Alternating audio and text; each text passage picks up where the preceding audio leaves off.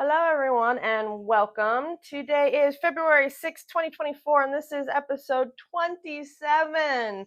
All right, we're really getting the ball rolling this year, hoping that it's going to start out really good and strong for you. Today, we are going to talk about the 8 habits that will make you rich. Before we dive into that, I just want to say I am not a financial advisor. This is for education and entertainment purposes only. I'm hoping to plant some seeds that will get you to start moving forward and to start really trying it out for yourself. All right, habit number one. Habit number one, earn consciously. Earn consciously. What does that mean? Well, that means that you're choosing how you're earning money. Many people that I talk to, they are earning money the way that their parents earned money, or they are saying, well, I have to have a job, so I'm just going to get any job, and this job hired me, so I have to stay here. That's not conscious earning. There's no plan to it, there's no strategy to it. They're just literally throwing themselves at it and hoping that it works. Now, when you're earning consciously, this can also go down to the level of how much are you earning and why. Let's just say you have one job that's 40 hours a week at $28 an hour. That's a good job. That's really, something that a lot of people would strive for. But let's say you also have the goal of starting your own plumbing business on the side. You just don't have the clients yet. You don't have all the tools and stuff that you need yet. So you're going to work to build your own plumbing business. Okay. But let's just say this $40, 40 hours a week, $28 an hour has nothing to do with plumbing. Okay. Maybe that's a good option. Maybe. But what are your other options? Perhaps there is another option where you're only working 35 hours a week at $17 an hour. A lot of people would say, absolutely not. A first job is a much better opportunity. Make the money and then get into it. But you have to consider what your goals are. The job that has less hours gives you more time to go out and find your own clients. The job that is within the area of your expertise or your potential business is helping you understand how that business needs to run. A food business handles their shipping and receiving and handles all of their scheduling needs a lot differently than a plumbing business would. So you have to ask yourself, not only what are you working, why you're working it, what is it truly benefiting you. Now, I call this JCI, which is your job cost index. In my book, Your Money Sign, you can get it in the link down below. I go over it a little bit more in depth. But basically, it's talking about what is your job really costing you? You have to include, do you have to wear a uniform? Did you have to pay for that uniform? How far is the drive? How much do you have to pay to get to and from that drive? How much life are you missing out on because of this job? Are you stressed because of the job and you're spending money other places to try to relieve the stress? You need to put in all of those job costs into an index, really write them out, and then understand how much money that job is truly putting into your pocket. That is earning consciously. Habit number two is spending consciously. You guys knew it was coming. You know it was coming because everyone talks about having a budget. A lot of people think that you do a budget after the fact. You just record what you all spent and that was your budget. No, the point of a budget, a true point of a budget, is that you're deciding how you're going to spend your money before you have it in your pocket. Before you're at the store, you should be knowing what your grocery list is. Before you're going into a car dealership, you should know what you're expecting for your interest rate, for your payment, for your, warranty coverage. You need to spend consciously. If you're earning consciously and you're spending consciously, you have a lot of control over where your finances are going.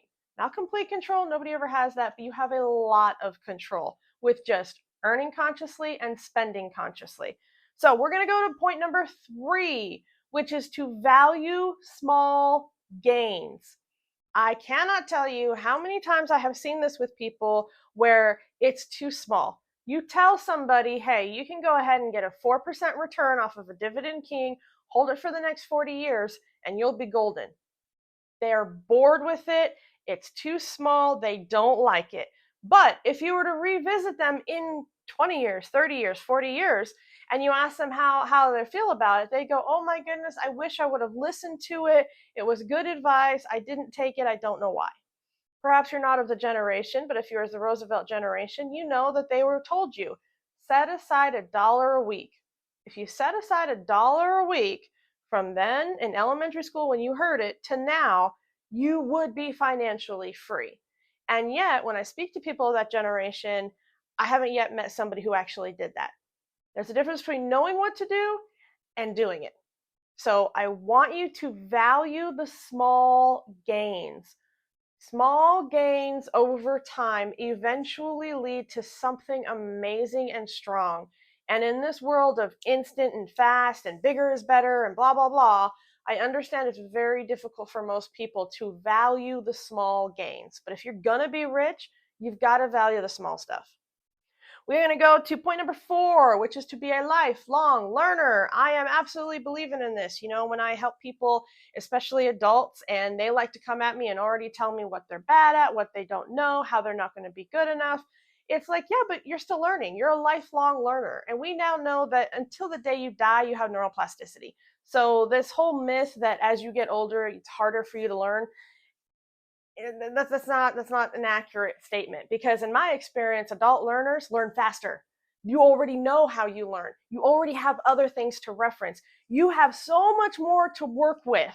I would rather be teaching a 40-year-old how to speak English than a 4-year-old, because the 40-year-old has so many other references. They already have life experiences. They already know how they're doing it. So in my experience, especially when it comes to finances, the older you are, the faster you make gains, the faster you make progress. So be a lifelong learner. You're only going to get better with time if you apply yourself. That leads me to point number 5. Pay only for qualified advice. Qualified advice. I cannot go to a YouTube channel or an online game or any sort of digital media nowadays without having a bombardment of, buy my course, I'll teach you this. Buy my course, I'll teach you that. Buy my course. Maybe there's 1 or 2 points of value in there, and maybe you have the thousands upon thousands of dollars to just keep endlessly having these people throw their advice at you. But in my opinion, 1, people who are truly experts in their field, they give advice away for free. They want people to be educated, and then they sell their services. They will educate you on how to do your taxes and how to best set it up, and then they sell their services of actually filing the taxes for you. That's one example. So if you're finding people who is, oh, you should watch this video and careful, it's going to go down in 3 minutes, and then you're never going to have an opportunity to get it again, and you should buy it right now, but they haven't yet told you a single point of value. You haven't learned a single thing. They've only hinted at maybe telling you something in the future. That's not qualified advice. Do not pay for unqualified advice. All right, that brings me to point number 6. When you finally get qualified advice, follow it. Follow it. If you have an accountant that's telling you, hey, keep track of your mileage and your fuel because that's a deductible, start keeping track of it. Like, figure it out today how you're going to implement that advice. There's no point in paying for advice and then not using it. That's silly. That's like buying a car and then just letting it sit out in the garage until it rots and is pointless. I don't see that. Follow the advice that you're giving as long as it's qualified advice. Point number 7 is to have a life outside of money. Yes, money is important, and yes, you should have a CPA and a bookkeeper and a lawyer and be kind of trying to figure out what's going on, maybe even have a money manager, but have a life outside of it. Have interests, have friends, know what you want for yourself, your body, your future. Have a life. Do not become consumed and dragged down by numbers all the time. You need to have something outside of money that makes you passionate. And I'm going to leave you with point number 8. This is the biggest one that I can't get people to follow. So I'm really hoping, since you've stuck around to this point, you're really going to take this to heart, okay? Here's the golden mystery rule. Use money to make money then use profit to buy stuff. That's it. That is it. You use your money, you build a business, you get assets, you get dividends, you get real estate rentals, you get something. You're bringing in money. You're using your money to bring in more money. Once you have that profit, then you go ahead and buy some stuff. Do not work a job and pay your bills. Work a job, invest that money, grow that money, and then pay your bills.